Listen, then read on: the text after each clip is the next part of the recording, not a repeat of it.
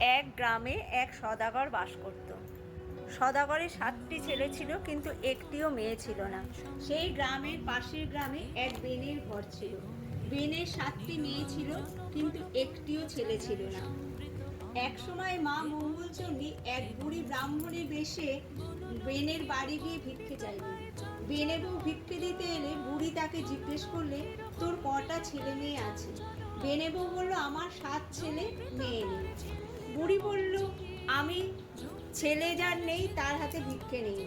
তখন বেনে বউ পা জড়িয়ে ধরে কাঁদতে লাগলো। বুড়ি একটি ফুল দিয়ে বলল, ঋতু স্নানের দিন এটা বেটে খেও, তাতে তোমার একটি ছেলে হবে, তার নাম রাখবে জয়দেব। আর একদিন সেই রকম সদাগরের বাড়ি ভিক্ষা চাইল। সদাগর পত্নী ভিক্ষা দিতে এলে তাকেও বুড়ি কয় ছেলে কয় মেয়ে জিজ্ঞেস করলো। সদাগর পত্নী বলল, তার 7 ছেলে মেয়ে নেই। বুড়ি তাকে বলল, আমি মেয়ে যার নেই তার কাছ থেকে মুখ দেখি না।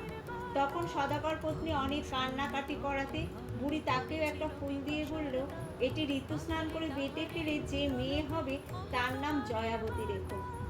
কালে কালে বেনে বউয়ের ছেলে আর সদাগর পত্নীর মেয়ে হলো। জয়দেব পায়রা নিয়ে খেলা করে বেড়ায়, আর জয়াবতী ফুল তুলে খেলা ঘরে মঙ্গলচণ্ডী পুজো করে। একদিন জয়দেবের একটা পায়রা উড়ে জয়াবতীর কোলে এসে বসল। জয়দেব দৌড়ে এসে জয়াবতীর কাছে পায়রাটা চাইল। জয়াবতী বলল, আমি পায়রা দেব না, ওটা উড়ে এসেছে। জয়দেব বলল, যদি পায়রা না দাও তাহলে সব টেনে ফেলে দেবো। জয়াবতী বলল, আমরা জয় মঙ্গলবারে ব্রত করছি, ফেলে দেবে কেন?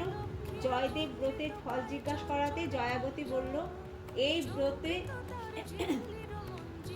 ব্রত করলে জীবনে কষ্ট পায় না, জলে ডোবে না, আগুনে পড়ে না, অস্তাঘাটে কাটে না, হারানো জিনিস পাওয়া যায়, মরে গেলে বাঁচে। জয়দেব শুনে মনে মনে হেসে চলে গেল। জয়াবতী পায়রা উড়িয়ে দিল। ক্রমে জয়দেব ও জয়াবতী বড় হয়ে উঠল।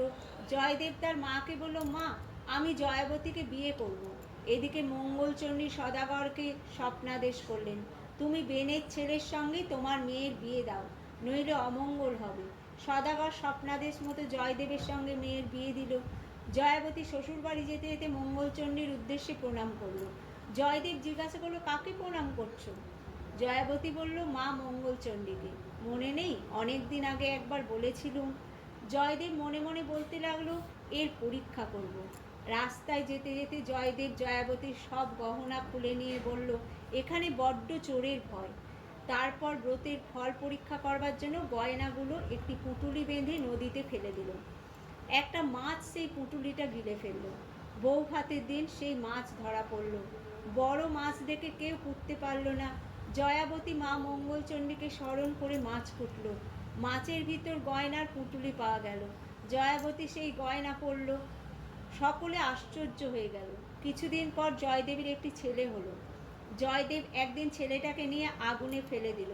মা মঙ্গলচণ্ডী ছেলে এনে জয়াবতীর কোলে দিলেন। আর একদিন একটা কাটারি দিয়ে জয়দেব ছেলেটাকে কাটছিল।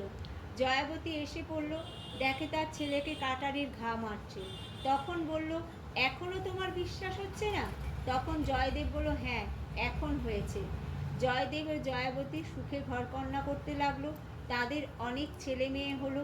পরে জয়দেব ও জয়াবতী পুষ্পরথে চড়ে স্বর্গে গেল। সেই থেকে জ্যৈষ্ঠ মাসের জয় মঙ্গলবারে কথা প্রচার হলো। সকল মেয়েরই এই ব্রত করা উচিত।